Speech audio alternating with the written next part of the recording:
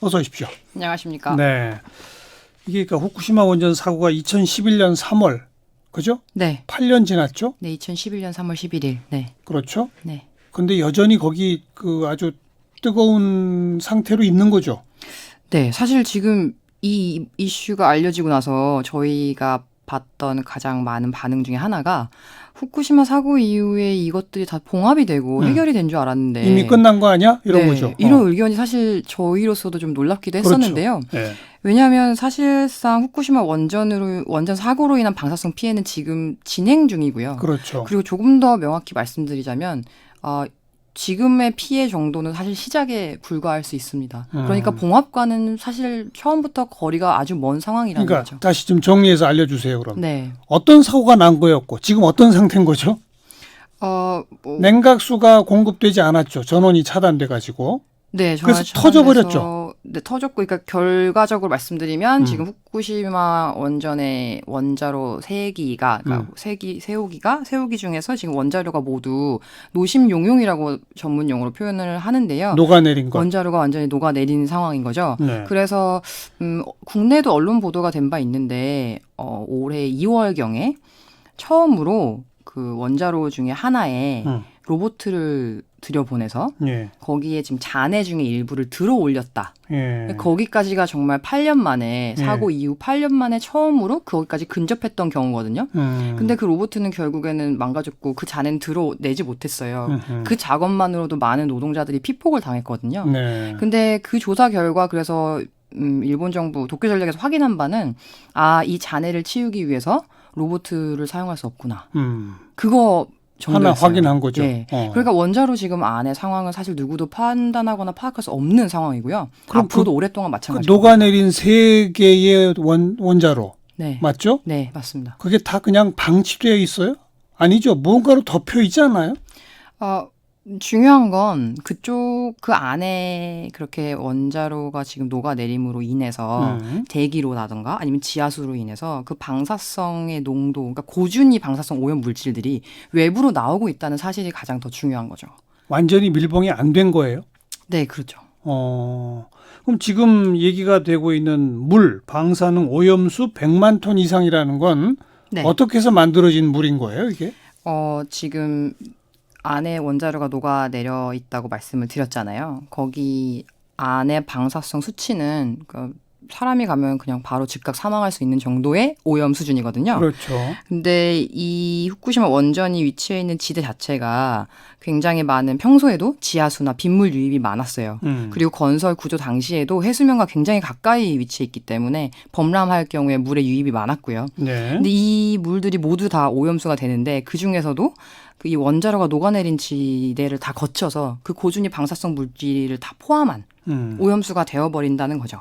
네, 네. 그래서 지금 현재 약 1,000개 이상의 탱크에 저장이 되어 있는 이 고준위 방사성 오염수의 양이 110만 톤, 저희가 작년 조사했을 때 110만 톤 정도의 양이 있었고요.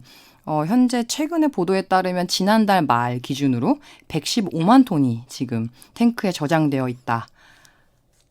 그런 상황입니다. 그리고 이거는 하루하루 지날수록 계속 양이 늘어나고 있는 거예요? 매일마다 수백 톤의 물들이 유입되고요. 그게 모두 다 오염수가 되고 있는 상황인 거죠.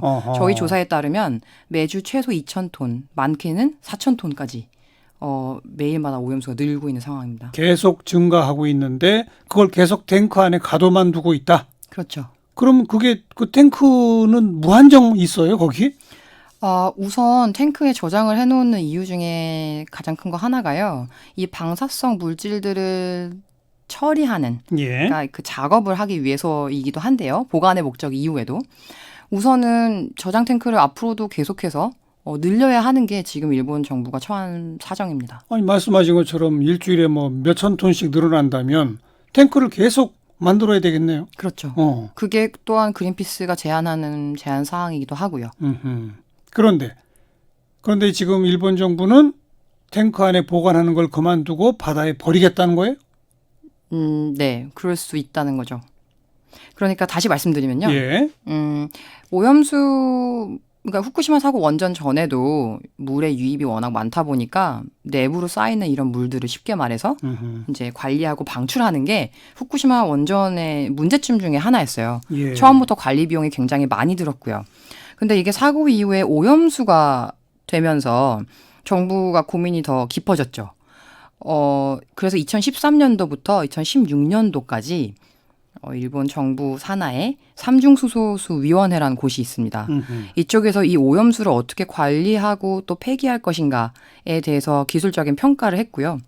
그 결과 이 오염수 처리 방안으로 5가지를 권고하는데 그중에 가장 신속하고 가장 저렴한 방법이 태평양에 방류하는 것이다. 왜? 불과 7년 4개월 그리고 비용으로는 3천만 달러 밖에 들지 않기 때문에 예. 이 방법이 우리에게 가장 좋다라고 권고했고요. 예. 일본의 원자력 안전 규제위원회라는 곳도 있는데요. 여기서도 공개적으로 이 권고안을 지지를 했고요.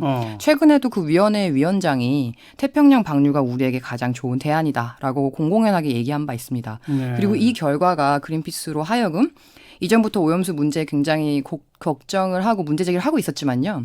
이 권고가 일본 정부가 이 오염수를 보관하거나 환경에 피해를 주지 않는 방안이 아니라 태평양에 방류하려 한다라는 내용을 저희가 올해 초부터 공개적으로 알려오기 시작한 거죠. 예. 그린피스가 이런 식으로 경고한 거에 대해서 일본 정부는 아직 공식적 반응은 없나요? 네, 그것도 사실 가장 많이 여쭤보시는 그러니까. 것 중에 하나인데요. 일본 정부 그리고 도쿄전력과 그린피스의 관계는 사실 30년 전부터 굉장히 설왕설래가 없는 그러니까 오히려 서로 반대된 이야기들을 제기하고 서로 문제 제기를 하는 그런 사이였기 때문에요. 사실 어떤 공식적인 답변을 얻는 것은 굉장히 어려운 일이고요. 저희로서는 여태까지 그런 발언이나 응답은 없었습니다. 그러니까 우리는 그 오염수를 태평양에 버리겠다는 계획이 있다는 얘기예요? 없다는 얘기예요? 아무런 답이 없는 거예요? 일본 정부는? 일본 정부는 그런 계획을 가지고 있고요. 다만 그 결정에 대해서 아직 공고히 하지 못하는 거죠. 왜냐하면 작년에 그러니까 이렇게 내부적으로 정부 내부에서는 이미 그렇게 결정을 하고 있는 상황이고 그렇기 때문에 더 나아가서 저장 탱크를 마련하거나 아니면은 방사성 핵정들을 더 없애는 기술을 도입하는데 들어갈 예산 투입한다거나 이런 별도의 조치를 하지 않았어요. 그런데 이런 내부적인 그 결정을 가지고 있고 권고로 유지하다가 오염수를 방류하면 가장 크게 피해를 입는 곳, 가장 많이 우려하는 곳은 사실 후쿠시마 현내에 있는 주민들 아니겠습니까? 제일 가까운 곳이겠죠? 그렇죠. 네. 그리고 특히 어업에 종사하는 사람들이죠. 그렇죠. 네. 그러다 보니까 정부로서도 이 오염수 문제가 있다는 거를 일본의 시민들도 다 알고 있는데 이 시민들에게 당연히 알려주고 동의를 받던지 하려고 했겠죠. 예. 그래서 작년에 도쿄랑 후쿠시마에서 각각 3번에 걸쳐서 주민 공청회를 해요. 예. 이 자리에서도 태평양 방류에 대해서 가장 빠르고 신속하고 저렴한 방법으로 권고한 바 있고요. 예. 빠르고 저렴하다는 것까지만 얘기하지 안전하단 말은 못 하는군요. 한 가지 더 안전하다고도 얘기했습니다. 그래요? 네. 정말 안전해요? 사실이라고 보기 어렵죠. 그게 정말 그렇게 안전하고 태평양의 방출에도 무방하다면 왜 그렇게 오랜 기간 동안 방사성 물질들을 없애려고 천문학적인 돈을 들여서 기술을 도입하고 저장을 해왔을까요? 네, 네. 그린피스는 그런데 이게 실제로 방류될 경우에 한국이 가장 위험할 거다라고 경고했어요. 맞죠? 한국 역시 인접국가로서 위험에서 벗어날 수 없다라는 경고했다는 것이 더 맞는 표현인데요. 하긴 일본에서 제일 가까운 나라는 우리나라니까. 네, 그죠? 그렇죠. 네. 실제로 후쿠시마 원전 사고 이후에 폭발로 인해서 자연이나 혹은 자연환경 쪽이나 아니면은 바다 쪽으로 유출됐던 그 방사성 물질들이 해류를 타고 불과 12개월 만에 동해 쪽으로 돌아왔다는 연구 결과도 있다고 하거든요. 네, 네. 그러니까 오염수를 방출할 경우에는 우리나라도 그 피해에서 자유로울 수가 절대 없는 거죠. 이 방사능 물질의 특성상 이 방사능 물질에 오염된 물이 바다에 들어간다고 해서 없어지는 게 아니잖아요. 계속 남아있는 거죠. 다만 좀 희석되는 거지. 그죠? 네. 사실 물에 오랫동안 있는다거나 용해된다고 해도 없어지는 물질은 처음부터 아니고요. 그러니까요. 무엇보다 만약에 오염수가 나갔을 경우에 저희는 해양 생태계도 걱정하지 않을 수가 없는데요. 그렇죠. 네. 예를 들어 우리 식탁에 올라올 수 있는 수산물이라든지 아니면 예. 원래도 예. 방사성 물질들을 흡수하는 해조류 예. 이런 곳에는 계속해서 축적되게 되어 있어요. 예. 방사성 물질이 우리 몸에 들어오면 축적이 되는 거죠. 그렇죠. 그렇죠. 그렇게 따지면 태평양 해류를 따라서 이게 가면은 태평양 연안 국가 모두 다 피해 대상이 될 수 있는 거 아닙니까? 네. 이건 단지 일본 또 후쿠시마현 일본에 가까운 우리나라 뭐 러시아 그 문제만이 아니잖아요. 네, 그렇죠. 그죠? 네. 세계적 과제네요. 네, 그렇죠. 그러니까 그린피스도 세계적 차원에서 지금 문제를 제기하고 있는 거죠. 네, 맞습니다. 또 하나 꼭 짚을게요. 이번 이제 도쿄올림픽 관련해서 아베 총리가 후쿠시마산 농산물로 만든 음식을 선수단 식단에 올리겠다 막 이랬잖아요. 이건 네. 왜 이런다고 보세요? 사실 후쿠시마가 굉장히 이전에는 그 농산물로 유명한 지역이었어요. 아하. 그러니까 농업을 짓기 좋은 곳이기도 하고요. 예. 유명하기도 하고요. 그러니까 후쿠시마가 농업으로 유명한 지역인데 이게 정말 부흥했다라고 하면 그 상징이 결국에는 후쿠시마에서 오는 많은 음식물들이 맛있고 건강한 음식물들이 우리 선수들 혹은 일본 전역에 가도 괜찮다. 예. 혹은 다른 나라에도 가도 괜찮다. 후쿠시마산 음식물들이 이걸 공공연하게 할 수 있는 기회이겠죠. 그렇군요. 근데 진짜로 안전한지 측정이 됐나요? 지금 후쿠시마산 농산물. 우선 일본 정부도 식품에 대한 조사를 하고 있는데요. 예. 거기서 방사성 물질들이 뭐 안전 기준 이상 발견되지 않았다라고 하는 경우에도 예. 사실 그것을 온전히 믿을 수 없는 이유가 방사성 핵종들은 사실 수백여 가지, 그러니까 원전을 통해서는 뭐 200여 가지가 넘게 나온다고 하거든요. 근데 특히 식품에 많이 축적되고 사람에게 위험한 영향을 주는 이 물질들을 모두 조사할 수가 없어요. 조사하는 것은 딱 하나 세슈입니다. 최근에 언론 보도도 있었는데요. 그렇기 때문에 그 조사가 충분치 않고 그 조사 결과로서 안전하다고 해도 충분히 안전하지 않은 거죠. 세슘의 양은 별로 없어도 다른 게 많을 수 있다는 거겠고. 그렇죠. 다른 건 근데 왜 조사를 못 해요? 시일이 굉장히 오래 걸리고요. 그리고 그리고 비용이 많이 듭니다. 현재 후쿠시마에서 생산되는 농산물들이 일본 국민들은 전역으로 가서 모두가 다 먹고 있습니까? 안 먹고 있습니까? 사실 저희가 그거를 모두 다 알 수 없기 때문에 오히려 이렇게 더 위험성을 경고하는 네. 구체적인 자료들을 제시하려고 애쓰는 것 같아요. 예, 네. 예. 혹시 올림픽이 열리는 지역이 후쿠시마 인근 지역에서 뭐 경기가 있다거나 그런 건 없습니까? 실제로 이제 알려져서 사실 큰 화제가 되고 있고 많은 걱정을 사고 있는 것이 네. 후쿠시마 현에 있는 아즈마 경기장에서 야구와 소프트볼 경기가 열린다고 이미 알려졌고요. 그리고 더 저희가 좀 주목하고 있는 장소는 사실 예. 아즈마 경기장 주변도 문제지만 예. 성화봉송을 하는 제이빌리지 그쪽은 그 후쿠시마 원전 사고 현장과 불과 20km밖에 떨어져 있지 않거든요. 송화봉송 루트의 한 일부분이군요. 네, 그렇죠. 근데 바로 원전 사고 20km 지점을 지나간다는 얘기군요. 우선은 원전 사고 지점을 지나간다기보다는 원전 사고 현장으로부터 거리가 굉장히 짧다. 그러니까 20km 지점을 지나간다는 얘기 아니에요? 네네네. 예. 그리고 그 지역을 굉장히 많이 재험 작업을 할 텐데요. 저희가 뭐 후쿠시마 조사 보고서에서도 여러 차례 말씀드린 바 있지만 실제적으로 완벽한 재험 작업이 불가능한 상황이기 때문에 예. 성화 봉송을 할 장소에 대해서도 굉장히 좀 많은 우려를 저희가 지금 계속 제기하고 있는 겁니다. 뭐 국제 스포츠 연맹이나 IOC나 이런 차원에서 그 후쿠시마와 방사능에 관한 경고라든지 문제 제기 같은 건 없었습니까? 저희가 알고 있는 바로는 그런 없어요? 문제를 따로 다룬 것은 없습니다. 아직은 없어요. 네. 알겠습니다. 자, 그럼 앞으로 이제 어떻게 해야 됩니까? 우리 정부도 마침 오늘 이 후쿠시마 오염수 관련해서는 적극 대응하겠다. 먼저 자료 공개 같은 거 요청하겠다. 이렇게 나왔어요. 네. 정부도 공식적으로 이런 입장을 밝힐 정도면 뭔가 조짐은 분명히 있다는 거 아니겠습니까?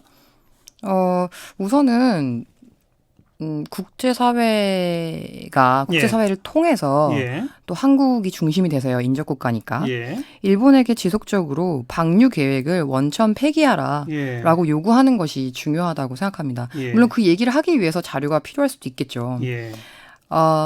우선은 그리고 또 하나 가장 중요한 것이 지금 이렇게 많은 국민 여러분들이 후쿠시마 문제에 관심을 더 많이 갖고 계시잖아요. 예전보다. 예. 우리의 이러한 끊임없는 관심과 문제 제기가 정부로 하여금 더 나아간 행동들을 할 수 있게 촉발한다는 거죠. 당연하죠. 네, 저는 그게 가장 중요하고 이런 식으로 계속 지금의 분위기와 같이 그리고 지금의 움직임과 같이 오염수에 대해서 우리 국민들이 더 투명한 정보를 공개한다면, 네. 공개를 요구한다면 예. 저는 실제로 일본 정부가 오염수 관련한 계획들을 폐기할 수 있다. 그렇게 해서 이 문제들을 지금 여기서 멈추지 않고 계속해서 제기해 나가야 된다 하는 것이 저희의 부탁이고 요청이고 또 제안입니다. 네. 아까 왜 그 후쿠시마하고 도쿄에서 뭐 세 차례인가 주민 공청회 했다고 그랬잖아요. 네네. 그러면서 가장 값이 싸고 뭐 시간도 제일 적게 걸리고 그러면서 안전하다는 식으로 또 말했다고 그랬잖아요. 안전하다는 말을 하려면 최소한 자기들이 탱크에 보관하고 있는 그 물에 뭐 방사능 오염 수치가 얼마라든지 뭐 몇 년 지났더니 얼마가 됐다든지 뭐 이런 건 얘기했어야 되는 거 아닙니까? 그런 얘기를 했답니까? 안 했답니까? 이때 저희가 좀 뭐랄까요? 한번 되짚어 봐야 되는 지점이 뭐냐면요.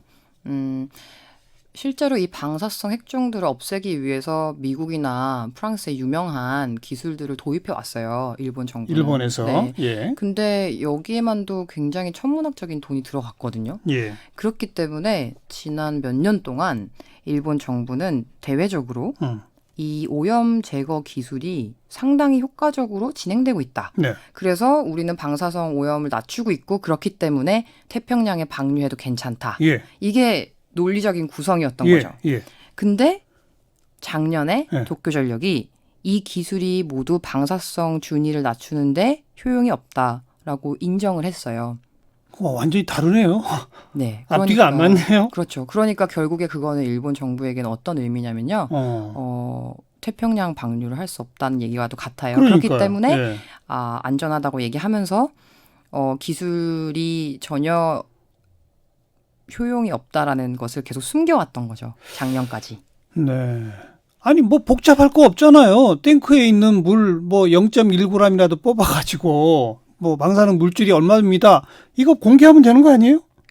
도쿄전력은 사실 꽤 정기적으로 특히 영어로 된 그 오염수 저장의 용량이라든지 거기에 지금 어떤 오염수 종류의 양들이 보관이 되고 있는지 자료를 밝히고 있는 편이에요. 네, 네. 네. 오염도도 거기 나와요? 오염도에 대해 상세히 밝히진 않지만 그러니까 지금 양이 얼마나 늘었다는 거 정도는 알 수 있는 자료들을 올리는 거죠. 근데 무엇보다 일본 정부가 지금 가장 고심하고 있는 건요. 그러니까 저희가 여러 언론 보도에서 밝힌 거랑 같이 비용의 문제예요. 이것은 오염수는 앞으로도 아까 짚어주신 것처럼 매일마다 늘잖아요. 그러니까요. 그렇기 때문에 앞으로 이 후쿠시마 원전의 상황이 나아질 조짐이 보이지 않는 상황에서 앞으로도 오염수 문제는 지속될 텐데 이걸 언제까지 보관할 수 있을 것인가. 보관할 수 없다. 너무나 많은 비용이 들고 네. 비단 오염수만이 비용을 초래하는 게 아니고요. 사고 처리 비용 자체가 지금 수백조의 네. 규모에 이르는 상황이기 때문에 예. 이 오염수를 어떻게 해서든지 지금 가장 저렴한 방식으로 신속하게 없애야 하는 것이 일본 정부의 입장인 거죠. 네. 그런데 뭐 아무리 그렇다 하더라도 태평양 방류 계획을 혹시라도 갖고 있고 실제로 시행에 옮기기 위해서는 만천하에 전 세계에 이 물은 깨끗합니다라고 보여줘야 가능한 거죠. 네. 그죠? 그렇기 때문에 거짓말을 해서라도 이것이 안전하다고 했었던 거죠. 근데 앞으로 만약 버리려면 정말 방류하려면 네. 보여줘야죠. 보여줘야 되는데요. 자료도 안 공개하고 버릴 수도 있다는 거예요? 물론 공고하지 않은 채로 오염수를 방류할 수는 없죠. 하지만 거짓말로 공고할 수 있다? 아니요, 거짓말을 그건 조금 억측에 가깝죠, 사실은. 거짓말을 하고 그렇게 하는 것은 사실 문명 국가이길 포기하는 일 아니겠습니까? 하지만 중요한 건요. 지금의 이 관심이 일본 정부에게 충분한 압박이 될 수 있도록 네. 더 많은 국제사회들이 이 문제를 감시할 그래야죠. 수 있도록 하는 겁니다. 근데 감시의 눈초리가 약화되면 무슨 짓을 할지 모른다는 얘기군요, 한마디로. 네, 쉽게 결정해 버릴 수도 있죠. 여기까지 듣겠습니다. 그린피스 서울사무소의 기후에너지 캠페이너 장마리 씨였습니다. 고맙습니다. 감사합니다.